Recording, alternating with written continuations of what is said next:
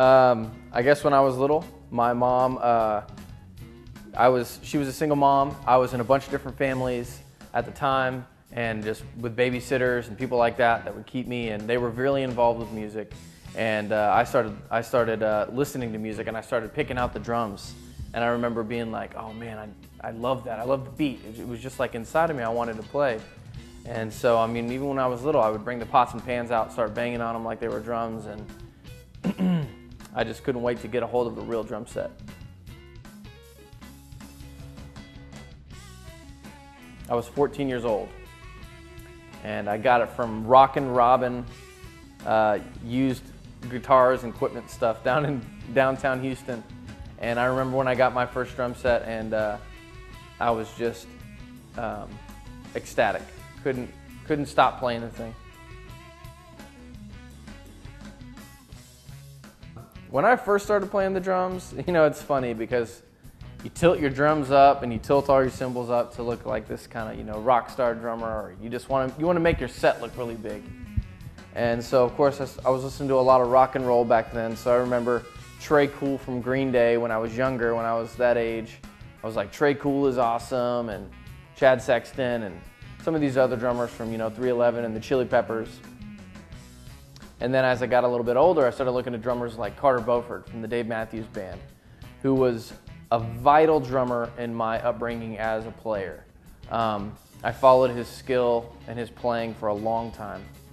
I started looking at drummers as I advanced past that, like Dave Weckl, who is a revolutionary, you know, jazz, contemporary jazz, smooth jazz drum player.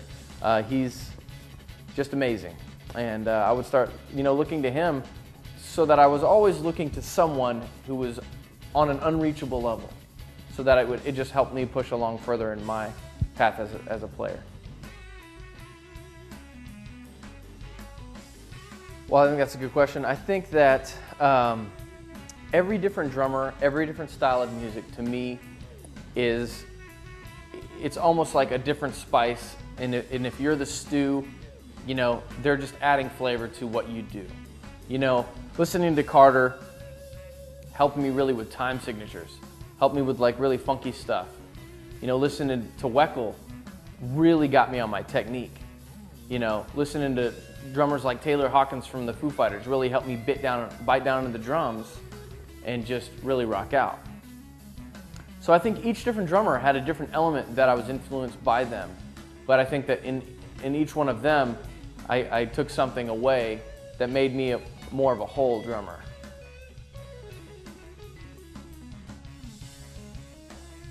I think the JJB, as a jam band, we obviously have a lot more freedom to express ourselves musically and creatively.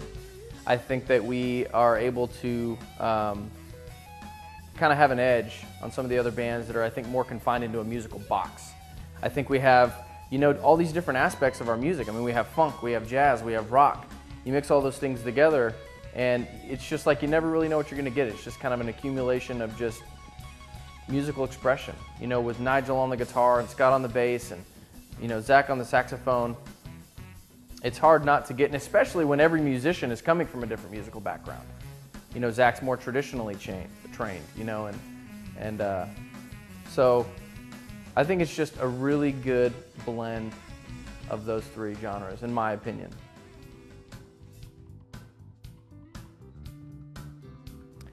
I'm probably going to say When the Lights Are Out, and the reason for that is usually we play that as a closing song, and it's one of those songs where we all just get to play off one another. We all have solo sections. You know, we can kind of let the song go where it wants to go.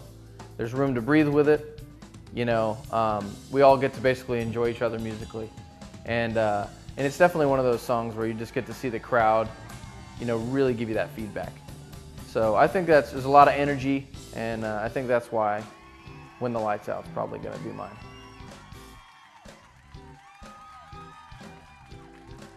I think that as a drummer, in general, and especially for a band like this, I'm laying the foundation, you know, for the band. I'm going to be holding down the groove, whether it's pocket, whether it's a less is more situation, and I'm just holding the groove down, or whether it's a situation where I'm gonna be accenting a solo section or a guitar solo.